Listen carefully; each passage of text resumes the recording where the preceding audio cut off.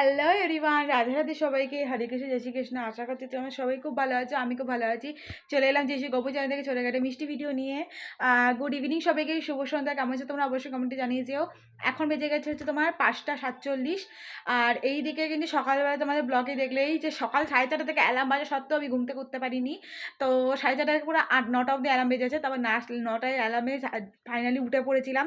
তো ওঠার পরই তাড়াতাড়ি করে সব কাজ কমপ্লিট করেছি, বিছানা গুছিয়ে, আলনা জামাকাপড় গুছিয়ে, চুল করে চুল বেঁধে, তারপরে জানামালা খুলে, জুতো ফুতো তুলে সাইকেল ভেতরে রেখে, জলের বোতল খালি হয়েছে সেগুলো বাইরে রেখে, তারপরে হেডফোন, চোখের ড্র সব গুছিয়ে রেখে ঘর বসে ঝাড় দিয়ে ঘর পুঁতে ওপরে গিয়ে ডিটক্স ওয়াটারটা রেডি করে ওর সাথে চিয়া সিড মিশালাম। তারপর ব্রাশ টাশ করে চান টান করে ফ্রেশ হয়ে সে বাসি জামাকাপড় ধুয়ে মেলে, তারপর ওই বোতলটা নিয়ে গোপালে বাসন মেজে নিচে এসেছি। তারপর গোপাল পুজো দেওয়া হলো। তারপর দুপুর সকালবেলা দুধ হরলিক্স খেয়েছিলাম। তারপর দুপুরবেলা খেয়েছিলাম হচ্ছে তোমার সয়াবিনের তরকারি, ডাল, ভাত, আর কিছু খেয়েছিলাম, ঢেঁড়স ভাজা করেছে যেটা আমি খাইনি, যাই হোক। তো তারপরে সাড়ে দুপুর তো যোধা আকবর, তারপর সংসার সংকীর্তন, অ্যান্ড তার সাথে দেখলাম, কি যেন, ঘূর্ণি। এই সিরিয়ালটা হচ্ছে কারা কারা দেখছে আমার সংসার সংকীর্তন, ঘূর্ণি, স্টার জলসায়, অবশ্যই কমেন্টে জানিয়ে যেও। আমি তো জিও হটস্টারই দেখি, স্টার জলসারই এই এপিসোডগুলো। তো যাই হোক, এখন আমি রেডি হয়ে নিয়েছি পড়তে যাব বলে। তো বিকাল 4টা দুপুর ধরে ফোন টোন ঘেটে ওই 4:30 নাগাদ, 4:45 টাকা হঠাৎ করে মাথায় এলো যে একটু পাস্তা খাওয়া যেতে পারে। তো তাড়াতাড়ি করে উঠলাম, উঠে গুড মর্নিং, গুড ইভিনিং ফেসবুকে পোস্ট করে, যারা ফেসবুক, ইনস্টা, ইউটিউবে যারা কমেন্ট করছিলে তাদের রিপ্লাই দিয়ে উঠে ফোনে চার্জে দিয়ে যা ঘেমে যাচ্ছি, দেখতে পাচ্ছ কতটা গরম পড়ে গেছে, বাইরেটা প্রচণ্ড মিক করেছে।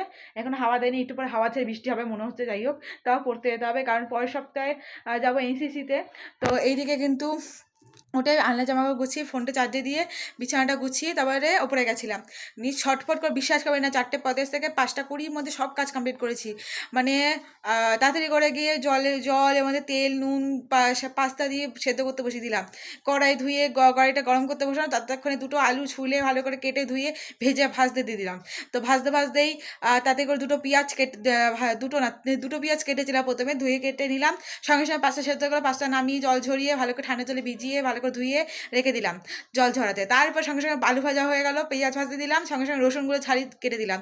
তারপর দিলাম একটু পেঁয়াজ কম, আবার একটা পেঁয়াজ কেটে কুচো কুচো করে আবার সাথে ভাজলাম।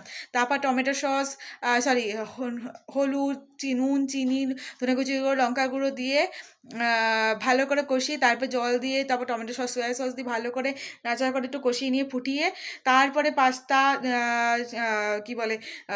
আলু দিয়ে ভালো করে আমি মা ভাই মিলে খেলাম। তার সাথে সাথে ব্রাশ টাশ করে, স্নান টান করে, ড্রেস চেঞ্জ করে নিচে এলাম, এসে আবার কুর্তি পরে নিলাম, দিয়ে গোপাল পুজো দিয়ে দিয়েছি। এইদিকে গোপাল পুজো দেওয়া কমপ্লিট। তো গোপালকে ড্রেস চেঞ্জ করে, গোপালের ফুল তুলসী পাতা তুলে, গোপালের মুখ টুক দিয়ে মুখ পুজিয়ে, গয়নাকাটি খুলে, কুলদানা জল আর তুলসী পাতা দিয়ে খেতে দিয়ে দিয়েছি, আর ধূপ করে দিয়ে আরতি করে দিয়েছি, দূরে জল দিয়ে দিয়েছি। সন্ধ্যাবেলা পুজো কমপ্লিট। এদিকে যত জামা কাপড় ছিল সেগুলো গুছিয়ে দোলনায় গুছিয়ে রেখেছি। আর যে বাসনগুলো ছিল সেগুলো গুছিয়ে গিয়ে সাটারে রেখে দিয়েছি। অ্যান্ড পড়তে যাওয়ার জন্য ব্যাগও গুছিয়ে নিয়েছি। তো আমি রেডি। তো এখন বেজে গেছে, কথা বলতে বলতে বেজে গেলে 5:51। তো যাই হোক, এবার বেরোতে হবে 6টা থেকে পড়া। অ্যান্ড আরেকটা কথা, এই সপ্তাহে রবিবার 17 তারিখে আমার মায়ের অ্যানিভার্সারি, 20th অ্যানিভার্সারি। তো সেই কারণে বড় করে সেলিব্রেশন হচ্ছে, সবাই আসবে।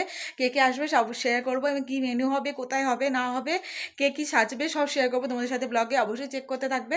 তার সাথে সাথে 18 তারিখ থেকে 27 তারিখ পর্যন্ত আমি থাকবো না, আমি যাবো এনসিসির ক্যাম্পে। 17 তারিখে ক্যাম্প পড়েছে বর্ধমান মিউনিসিপ্যাল গার্লসে। তো 17 তারিখ থেকে পুরো 27 তারিখ পর্যন্ত, পুরো 10 দিন। তো 18 তারিখ থেকে 27 তারিখ পর্যন্ত পুরো 10 দিন ক্যাম্প পড়েছে। তো আমি ভেবে প্রথমে যাবো না, তা ভাবলাম যে না, সবাই যাচ্ছে যখন আমিও যাব, তো সেখানে যেতে হবে। তো সব এত কিছু কথা বলা ছিল যেগুলো আমার বলা হচ্ছিল না, তাই ভাবলাম আজকে সব বলে ফেলি। তো যাই হোক, এবার যাই পড়তে, তারপর তোমার সাথে দেখা হচ্ছে। আর কোথায় পড়তে যাই অবশ্যই জানো, রথতলা ধনঞ্জয় সাই গেছে। তো চলো পড়তে যাওয়া যাক, অ্যান্ড তোমাদের সাথে তারপর দেখা হচ্ছে। হাত ব্যথা হয়ে গেলো ক্যামেরা ধরতে ধরতে। কেমন লাগছে আমাকে কমেন্টে জানিয়েছি। রাধে রাধে, টাটা।